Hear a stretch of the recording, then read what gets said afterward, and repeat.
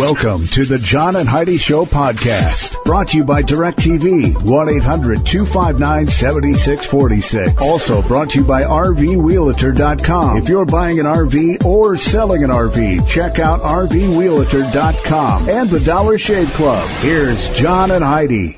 Thank you so much for listening to the John and Heidi Show on a Wednesday. Ho, ho, ho. How are you doing today, Heidi? I'm fantastic. How are you? Tomorrow's Christmas Eve, man. I know. I love Christmas Eve. I cannot believe we are cruising through this week. And next thing you know, it's going to be 2016. Time is a-flying.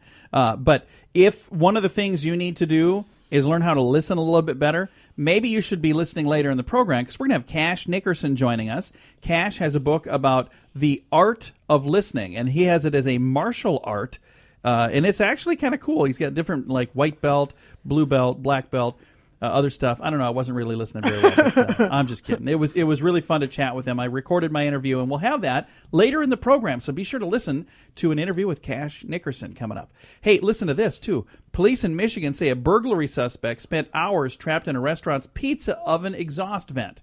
Investigators said the man was trying to enter the building through a rooftop vent, ended up stuck there for 11 hours. Oh, my gosh. Yeah, that's what you get for trying to sneak in. All right, coming up, we get a lot of special stuff going on. We'll tell you what in a bit. This portion of the program is brought to you by Dollar Shave Club. Get razors for $1 a month plus a few bucks shipping, so you can enjoy fresh razors every month for as little as $3. Learn more at dollarshaveclub.com/radio. Today is a special day, Heidi. Do you know what today is? What is today, John? I thought you'd never ask. It's Wednesday, the 23rd day of December. And one thing officially on this list over here, and it is Human Light Celebration Day today. Okay. Human Light Celebration Day today. It is also Roots Day. So today is a day I'm thinking to celebrate your roots. I don't know. Okay. Roots Day and Human Light Celebration Day. Now, tomorrow is Christmas Eve. So would today be like Christmas Eve? It's the I suppose, eve of Christmas Eve? It's the eve of Christmas Eve. So I think it should be Christmas Eve Day today. Okay. Even though that's not official. it is now. And coming up here in a bit, we've got some fun stuff to talk about. The right job for you based on your blood type. Huh? And then also going to be talking about some dumb criminals. Imagine that. We get a lot of those. And a lot of other fun stuff on this special Human Light Celebration Day, the 23rd day of December. This portion of the program is brought to you by RVWheelator.com. If you want to buy or sell an RV, go to RVWheelator.com. List your RV for free. Learn more at RVWheelator.com. You know it's true because you heard it on the radio. How would you like to go and apply for a job and you have to find out if you're the right type for the job by doing a blood test? Okay. In China, there are companies that won't hire you even if you're the most qualified applicant simply because you have a blood type that they don't approve of. What blood type don't they approve of? Well, a number of companies in China will not hire people unless they have type O or type B because, as strange as it may seem, they believe that people with these blood types are comparatively more stable and personable. They're so particular about this, they force applicants to submit a blood type. Yikes. Or if they don't trust you, they'll even make you go do a blood test before they hire you. Apparently in China, coming up with various obscure rules and regulations for hiring people is perfectly acceptable. It is legal for companies to set their own criteria for employment. However cockamamie and discriminatory it may be, they can come up with anything. Wow. And this is just one of the bizarre things, but there's so many bizarre things that they do for you to make sure you get the job there. So I think we should institute some weird cockamamie rules for people coming on board our team. What kind of weird stuff could we do? I don't know. You have to speak fluent Pig Latin. We're going to do your entire interview in Pig Latin. And if you don't speak Pig Latin, you will not be hired. Okay, we won't do that. Anyway, what blood type are you? I'm A positive because I always remember thinking I got an A+ in blood types. It's the only A+ I've ever gotten. I believe I'm O negative. Ooh, look at you. You could get a job in China. I could. I couldn't. I never will, but I could. Well, I wouldn't get hired in China because I'm A+. Apparently that's not good enough in China. So there you go. Anyway, you know that's true because you heard it on the radio. The John and Heidi Show is brought to you in part by the Keystone Treatment Center. This is your brain, and this is your brain on drugs. We share silly stories here on the program, but addiction is no joke. If you or someone you know suffers with an addiction to drugs or alcohol, make today the day you seek help. Call toll-free 844-204-1055. That's a toll-free number. Again? 844-204-1055. And this is your brain on drugs. Greg Walter went to court to deal with 2 criminal charges. By the end of his appearance, he got a third one. Oh. He was in court on attempted burglary and drug possession charges when he was accused of trying to hide cocaine under a chair in the courtroom. Yeah. Witnesses said they saw him reach into his shirt pocket, tried to hide a small plastic bag with white powder under his chair. Deputies retrieved the packet. The substance tested positive for We have cocaine. read stories like this many times where people go to the courthouse with drugs. Now Mr. Walter got a third drug charge Wow. added to his file. Here's the thing, folks. First of all, A, don't do drugs. 2, if you do get caught doing drugs, don't bring them with you to court. And C, don't do drugs because it's not a good thing. You know, it's bad. If it was good, they'd make it legal, right? So it's a legal thing. It's not legal, so don't do it. Steer clear of it because when you do, you end up doing dumb stuff like that. And that is why this man, Mr. Gregory Walter, had his brain on drugs. This portion of the program is brought to you by Keystone Treatment Center. Addiction is no laughing matter. Call Keystone Treatment Center toll-free at 1-844-204-1055. Now your moment of duh from El Paso. A fast-acting fire department acted a little too fast. The El Paso Fire Department answered a call about a smoke coming from a building. Upon their arrival, they broke into the building and turned out to just be a barbecue restaurant. It's a place called Bodacious Barbecue. Restaurant co-owner Andrea Newton says firefighters should have shown restraint and they should have noticed the smokestacks and the signs about the new restaurant. However, Newton says he had no hard feelings and he hopes the firefighters will stop by to try the barbecue. So the good news is, hey, if you guys ever do catch on fire, they know where to go. And he got some free exposure, so that's all right. We're talking about him now. Again, that was in El Paso, Texas. He should say, barbecue so hot the fire department showed up. Yeah, see? There you go. Use that. I'll get my commission on that, right? All right, coming up, we have your scoop of the day to share. That is on the way. Thanks for listening to the John and Heidi Show. The Scoop of the Day is brought to you by Wells Blue Bunny. If you want delicious ice cream, be sure to look for the Blue Bunny. Sure to have your favorite flavors. Learn more at bluebunny.com. Now, your scoop of the day. When Julia Sabara's frying pan caught fire, the last thing on her mind was marriage. She was so relieved when firefighter Rod Rodwell turned up to her kitchen. Ooh. She flung herself into her arms. Now, the couple, they are going to be getting hitched. That's a neat story. What a cool way to She caught her have met kitchen your on fire. spouse. Firemen showed up and fixed things, and she said, will you marry me? I don't think it was quite like that. But love blossomed, and now they're getting hitched. According to a survey, 2/3 of Americans interviewed could not name their congressional representatives for their state. I can. Can you, Heidi? Yes or no? Yes. Okay. I thought you could. I figured you could. According to a festive poll, 1/3 of Americans would rather have a root canal than go Christmas shopping. Oh, not me. Yeah, it was 1/3. I'm in that 1/3. Oh, you would not rather I would have a too. root canal. You know what? I probably need one anyway, so let's just get that over with. All right, who causes you more stress, your spouse or your boss, Heidi? Well, mine is one and the same, so But do I cause you more stress as your spouse or as your boss?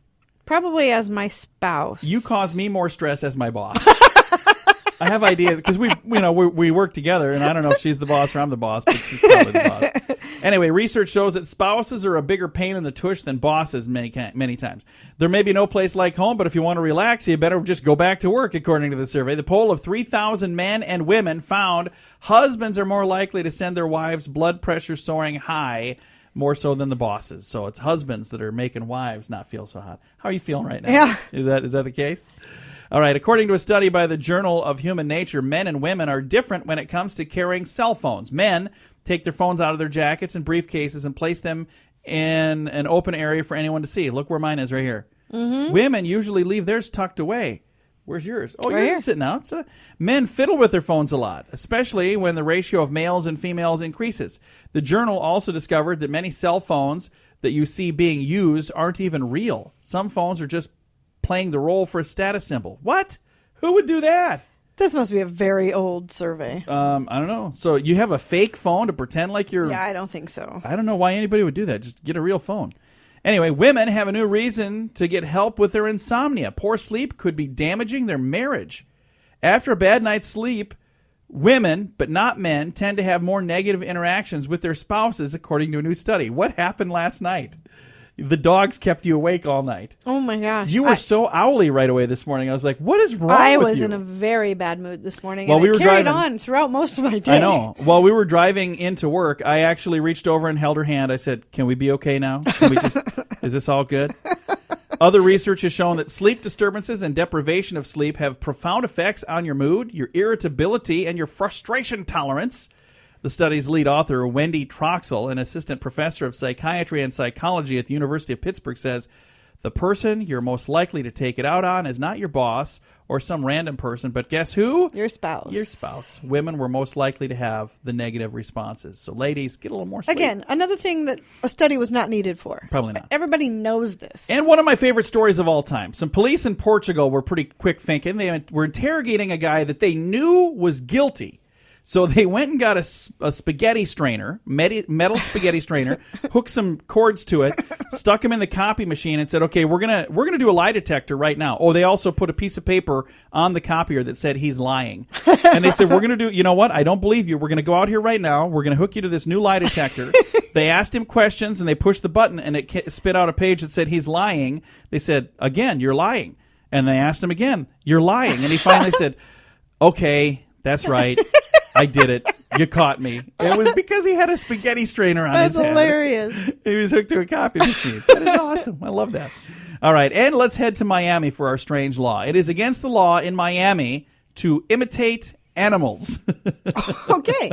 So if you bark at your dog, you could get arrested. I'd be in trouble.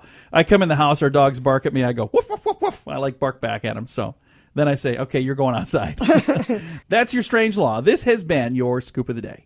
This portion of the program is brought to you by RoughToughKennels.com. Dog kennels and accessories sent to your front door wherever you live.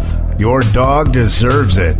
Learn more at RoughToughKennels.com. Thank you so much for listening to the John and Heidi Show. We've got a special guest joining us on the telephone line right now. We've got Cash Nickerson, President and CFO of PDS Tech, Inc. He's also got a book, Listening as a Martial Art. Cash, how you doing, sir? I'm great, John. How are you? Fantastic. Listening is a very important thing, isn't it? I have come to believe it's the most important thing in business. Because if you're not listening, you're not paying attention to what's going on, things are going to go right by you. And there are people all the time that say, boy, I wish I would have had that opportunity. You know, many times you probably did have the opportunity, you just weren't paying attention. So listening as a martial art, though, why do you say that listening is a martial art? Well, it's something that we don't teach generally, and that's certainly true of like self-defense. But it is like a martial art because verbal exchanges, right, talking and listening, are similar to physical exchanges. In fact, if you've ever been in an argument, it feels just like a fight. So martial arts principles are designed to help you in physical engagements. Many of the same principles apply to these verbal engagements. And listening, of course, is the part that's, left behind. And you've got, as the martial arts and listening, you've got 5 different belts that you talk about. Let's start in the beginning with the white belt. Now, what is the white belt as a listener in martial arts? The white belt is what you get when you walk into a martial arts studio or dojo. It's the beginning. In many ways, it's my favorite belt because you are recognizing that you need to learn, that you need to focus on something. A lot of being a white belt is accepting, acknowledging that you've got growth needs, that you need to change. And so the white belt listening techniques are really around making listening a priority. They're around dedicating yourself to listening, to being a better listener, to watching other people listen. So at the beginning phase, making a resolution, I tell everybody, if you just set listening better as your number one resolution, you change your life. So now if we take a look at the second belt, the blue belt, what are the things that you step up to with the blue belt? You're starting to get involved in more advanced techniques on listening to different types of people, avoiding certain things like interrupting other people. Try and go through your day-to-day without interrupting. because it's that common. And so you start becoming more aware of your skills and practicing those skills. Awesome. As we take a look at the purple belt, it says here, advancing the skills of movements and attention. What does that mean? In the physical martial arts, you begin pretty much standing still and learn how to block. And you learn defensive techniques, and there's not a lot of movement involved. By the time you get to black belt, you watch these people do dazzling techniques. And purple belt is when you first begin to help use your speech to help you listen better and to listen to other people in such a way that makes them want to talk to you in different ways. So you might have to deal with a domineering boss, for example. How can you listen to an angry boss? How should you approach that? Some of the things that are simple in the beginning are different now. For example, you want to be an active listener, and people have generally heard of this. So you're often repeating what you hear from somebody back, but in your own words, if you're really connecting with them. If you have an angry boss, you don't want to say you agree with them. You want to approach that differently. So, things get much more sophisticated as you move up the belt scheme. And then we get to the brown belt, mastering special situations and the root causes of interruptions. So the brown belt is not quite black belt, but it's one level away. So I suppose when you get to the brown belt level, you're doing pretty good. You are, and now you're not just not interrupting. You're starting to understand the root causes of why people interrupt. And there are different types of interrupters. There are people who just know it all. There are people who just dominate conversations and don't want to listen. And so now we're putting you in listening situations where you're more likely to need advanced skills. And the brown belt is not a black belt, but it's awfully close. So you're handling very unique and structured situations and special situations. Again, our guest today is Cash Nickerson, and he's got a book out, Listening as a Martial Art. Now, we can't skip the black belt. We got to talk about that one as well. Tell me, when they get to the pinnacle, the black belt, what kind of things are they doing then? Well, in the black belt, you do some things that sound basic again, but you're now so advanced that those basics are just so much better. But you practice pre-listening skills. Like a great golfer, they've got to swing the same way every time and don't have a pre-swing routine. Maybe they swing 3 times. I know people before they putt that use the Velcro on their glove to make a sound. To pre-listening skills, what you do to prepare yourself to actually listen to someone, and a conscious preparation. But we also, once we're black belts, we disappear. Most bad listening is because we're selfish. We want to say something. We have something to say, and we formulate our response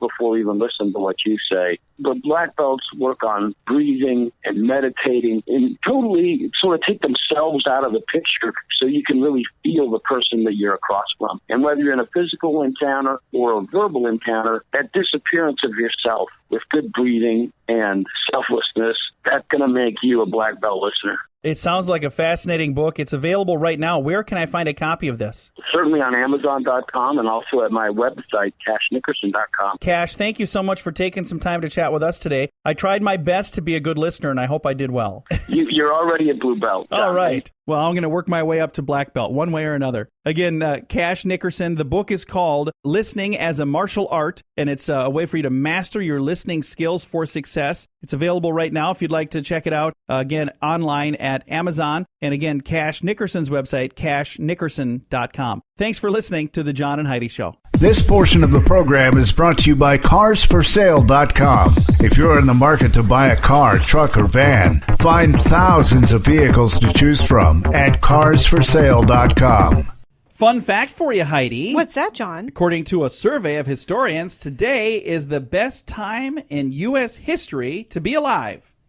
I would completely disagree with that. Well, it's better to be alive than dead. I don't know. Hey, fun fact for you, Heidi. What's that? In an AIG insurance poll, 66% of men said their wives were the people they'd most want to be with if they were stuck in a traffic jam. Oh. Really?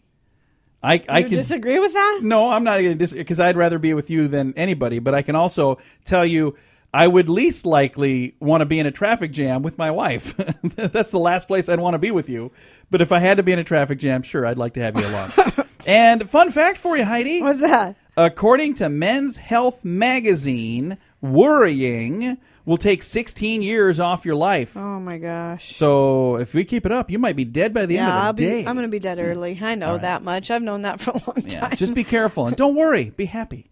Coming up, we've got America's most walkable cities. We'll tell you about that in a bit. This portion of the program is brought to you by StoneGroupArchitects.com. It's more than a building. It's design and function working together. Check out the project portfolio at StoneGroupArchitects.com. I do enjoy going for a nice little stroll. I don't like it like if we have a long walk, but I don't mind going for it. We used to go around, walk around the neighborhood. I loved that. That was awesome. Well, Front Seat, a civic software company, operates a website called WalkScore.com. They announced America's most walkable cities. Now, this all factors in with the price of a gallon of gas skyrocketing. Americans are increasingly looking for walkable places to live. The findings are based on analysis of 2,508 neighborhoods in the 40 most populous U.S. cities. So this isn't every city, just the 40 biggest cities.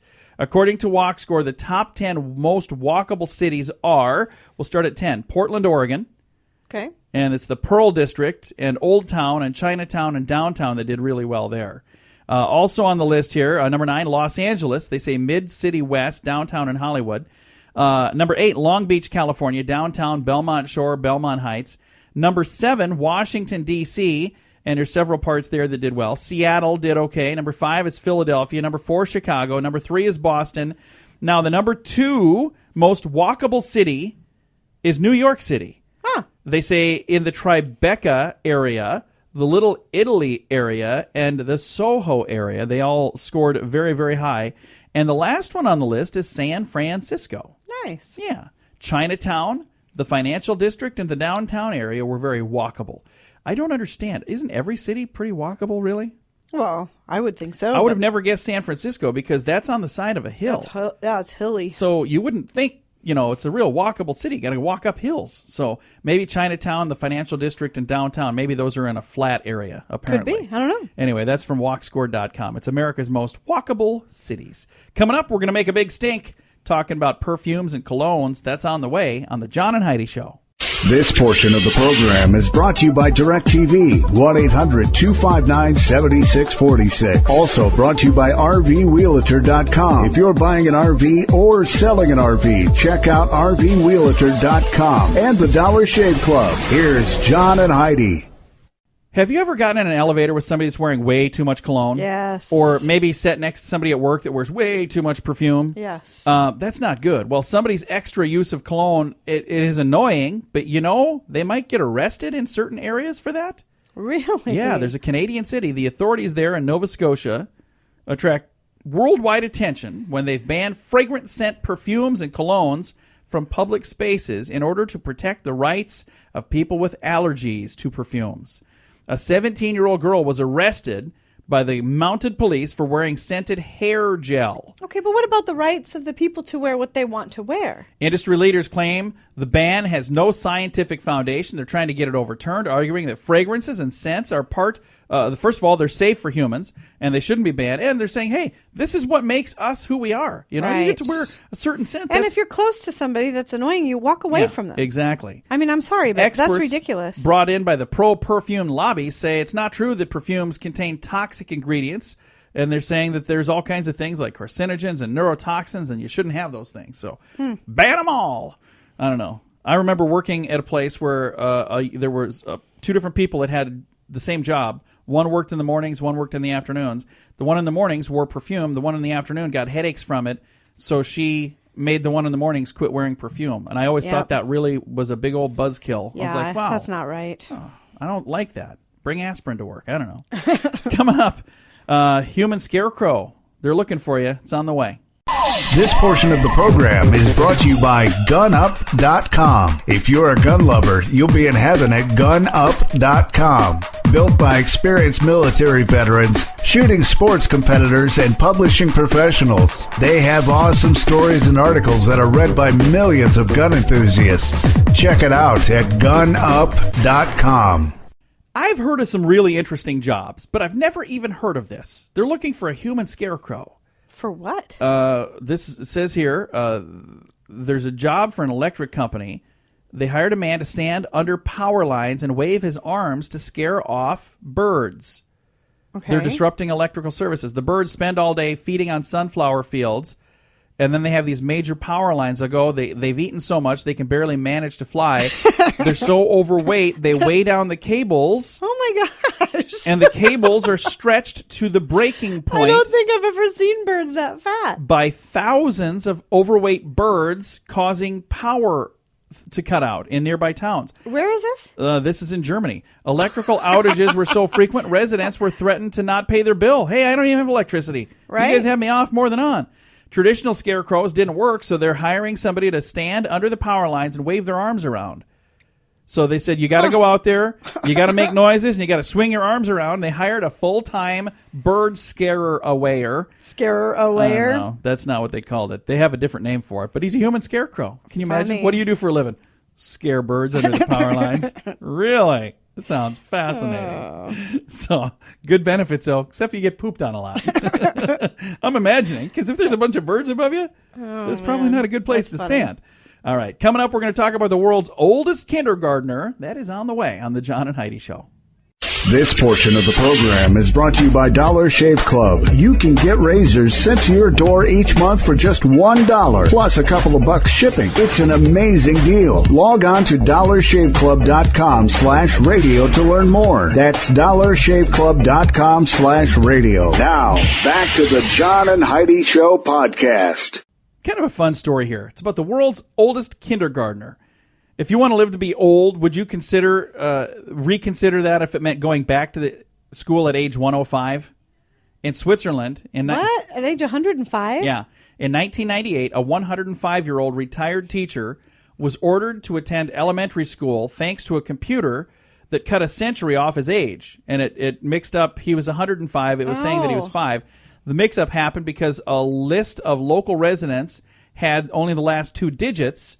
So the man, along with 65 5-year-olds in the town, received a letter saying it's time to start school. So he got it at age 105, said you should be attending school starting on this date. That's really kind of cute.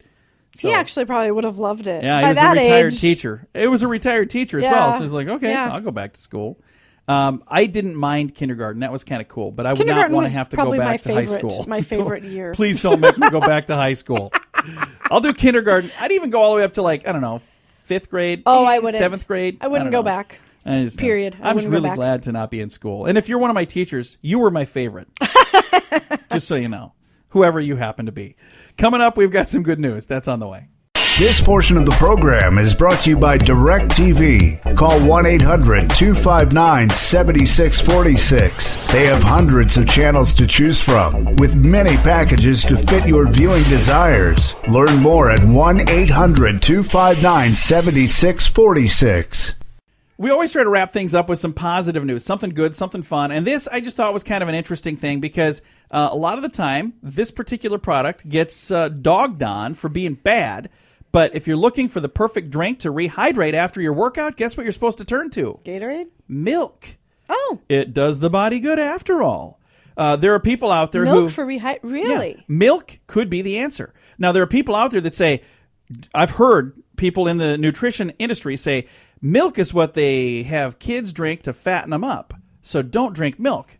And for the longest time, I quit drinking milk. I drank milk all the time before, and then I quit drinking milk because we were on a diet where they said you can't have milk. Right. I love milk. I'll order milk at a bar. My wife hates all the that. time. Everybody's getting beer, and they're like, what would you like? I'm like, can I get some milk? At least be cool and make it chocolate milk. You want some cookies with that milk? Anyway, milk could be the answer to rehydrating after a workout. Researchers have found that milk and the milk alternatives have a lot of sodium and carbohydrates and protein, helps retain fluid, making an effective recovery drink for exercisers. Researchers tested cow milk, soy milk, and milk-based meal supplements and Powerade and found that drinking a milk-based meal supplement after exercise led to better fluid retention than other drinks. Of all the milk-based products, they were all superior to Powerade in terms of rehydrating the body post-exercise. So they're saying this product that's created specifically for that isn't as good as just a good old glass of refreshing ice-cold milk. But you got to resist. So now are they going to be dumping milk over the heads of coaches at football games? I don't know. They should. That'd be awesome. You know what? If I was a person in charge of the marketing for milk, I would do exactly that. I think this is really good news, and it came at the very perfect time because, tomorrow night, there's going to be a lot of folks putting out milk and cookies for Santa. He's going to be working his tail off delivering all these gifts. He's going to need to rehydrate. Right. So he's known this for years. I mean, come on, researchers, where have you been? Santa's known this for a long time. All right, time to say goodbye, Heidi. Goodbye, Heidi. Goodbye, everybody. Have a great day. Thanks for listening to the John and Heidi Show. Time now for the bonus break. Only available here on the John and Heidi Show podcast. And your bonus break is brought to you by the Dollar Shave Club. Save time, save money. Come on, quit worrying about if you have a sharp razor. I don't ever have to think about it. Right now, I kind of have a stockpile of razors because for years, I hoarded my razors way too long because I would forget, I'd never remember to get them. I think I could probably take a month off right now. Did you notice that in there? There's quite a few. I got my new razors in the mail a week ago. When I opened the cabinet and put them in there, I set it on top of last month's. I'm like, I think I still have 3 in there. Can you pay extra to buy another handle? Yeah. You should do that. Why? You want me to get another handle? Well, yeah, we got one, and you've got like 300 erasers I have in 2 the cabinet. handles. I have 2. Well, I can only find one. Yeah, because our son took the other one. Okay, well then order another one. Or just tell him to bring it back. He's got the other one. He's got some of my razors, too. Actually, I gave him the Humble Twin. That's the one you get for $3 a month. I gave that to him. And then I noticed he came in and he took my Executive Series. That's for $9 a month. Did you notice that he came in and I noticed. All of a sudden the Humble Twin got pushed aside because he decided he wanted to shave like a rock star, too. So anyway, for $9 a month, that's the biggest one you can get. That is an amazing deal. Think about how much you spend when you go to the store just to get razors. Oh, it's insane. And you have to go and get them. This is like, they'll bring them to you. I mean, you don't have to think about it. They'll deliver them right to you. So for $3 a month, $6 a month, or $9 a month, it is just a no-brainer. You'll never have to think about it again. If you don't like it, turn the thing off and don't do it anymore. But try it. See if it's something that's good for you. I love it. It's been an amazing thing for me, and I think you'll love it too. Learn more at dollarshaveclub.com/radio. All right. This is a whole gluten-free thing. I never understood this. Because for years, we never ever heard anything about that. And all of a sudden, it just started becoming a big deal. And there are, gluten-free signs everywhere now, right? Yes. And they say it's tricky enough to maintain a gluten-free diet, but what if you want to, get intimate with somebody? And you're gluten-free, but they're not. You want to go on a date, and they're eating stuff that you can't eat. Now they want to kiss you. Could you have problems? Oh, good well, Lord. Not anymore, folks. There's a site just for you, glutenfreesingles.com. Oh, my gosh. You'll never feel awkward or burdened because you're gluten-free, and so is she. So, glutenfreesingles.com. I'm not even kidding. That sounds like something you'd see on Saturday Night Live, but it is real. That's a real thing. I'm glad I'm not single. I'm telling you, for a couple reasons. First of all, because I love you so much, I wouldn't want to be without you. But the other thing is, can you imagine I dating in this world today? No I'm like, way. there's so many morons out there. I'm glad I'm not even in the pool. I'm like, I'm glad I'm not fishing because I'd be throwing them all back. Once I found you, got perfection. Why would I? Oh, wow. I'm just saying. It's getting deep. It is, but I'm telling you. 20-year-old Stephen Mitchell broke into an apartment of a 21-year-old, let me try that again, a 21-year-old female. Stephen was surprised to find anybody home. He was even more surprised at how lovely she was.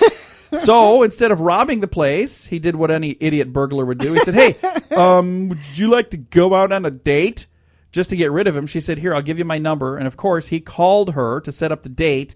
She arranged to meet him at a restaurant, but the only person waiting was a police officer, and he was arrested. So, oh, my gosh. Yeah, he broke into her apartment trying to rob her. She happened to be there. And he's like, I was going to rob you, but, man, you're a fox. Do you Speaking want to of go on morons a date? that are currently trying to date. Yeah? We were just talking about morons in the dating pool. Yeah, this is one of them. See? It's tough to find a good one out there, folks. Philip Rokeland's tank makes quite an impression, especially on police officers. They pulled him over during an anything but routine traffic stop. He's a military vehicle collector, and he took one of his tanks out for a spin. The World War II tank has a fake cannon and 3 phony machine guns. Whoa. Officers didn't know the weapons were fakes. They charged him with a number of violations, including operating an unregistered vehicle because it didn't have license plates. Okay. And he was driving it down the beach. Do you remember the movie Tank from the 80s? Yes. I loved that movie. I'd like to see that again. We should. We were just talking the other day about some other movies. We really should see if we can find those because our kids have never seen, and there's so many fun movies. Oh, there's so many great movies We from the actually, 80s. the two of us have a pretty good collection of movies that most people would never have. Yeah. We have a ton of fun movies, but there are some that are hard to get. What was the one that you said you were looking for, but it was like $200 to get a used copy of it? Oh, the prices have started to go down, but Have there's they? still more than I want to put. Drop Dead Fred. Yeah. There's still more than I want to pay. They're selling for like $50 now. Yeah, we don't have that movie. We were going to get it, but yeah, we were looking online, and how much was it? It was like $200 to get a copy of it. Originally, yeah, a few years back it was. Now it's running about $45, $50, and that's still more than I want to spend on an old movie. So you never know. I'll wait. Good. All right. Hey, for those of you who are on the internet and care about such things, the selfie that Pope Francis took last week, he didn't really take a selfie. There are people out there that were sharing this picture. I saw It was that. an actual photo that was taken in a video chat, and then somebody cropped it in and said, "Hey, look, the Pope is doing selfies." It wasn't, and I don't know why do people care so much. Yeah, who people cares? are like, "Oh, wow, look at that! The Pope is taking selfies." whatever. Good for him. Okay, does that make you La mad? dee da. And you might have a smog problem if this happens. You know you have troubles when people are getting lost in the smog. Oh, wow. A woman in China went missing when she took off for a little walk. Oh, wow. She got disoriented and ended up in the woods. Her husband reported her missing. It took police 2 hours to find the lady. She had gone on a short little walk but couldn't find her way back because the smog was so bad. We have a friend that has been to China, and he's told us that, they got some issues with smog. Yeah, and there are days that you're not allowed. You that can't you're not go supposed out. to go outside at all. There Yeah, are warnings. stay inside. Smog warning today. That's awful. All right, and then what do we have over here? People who wear... Oh, this is one that I've been saving. I wanted to share this, and I know that you're going to love this. People who swear are more articulate than those who do not. I would agree with that completely. Research shows people who swear more have a bigger vocabulary than those who opt for an explicit-free life. In fact, those who are more confident using swear words are also more articulate in other areas of language use. What do you think about that, I Heidi? agree with that. I absolutely agree with that. I thought you'd actually swear in your response. I'm proud of you for your restraints. No, I can't. I'm not allowed to. Every time I do, you I know. shut me up. You get in trouble.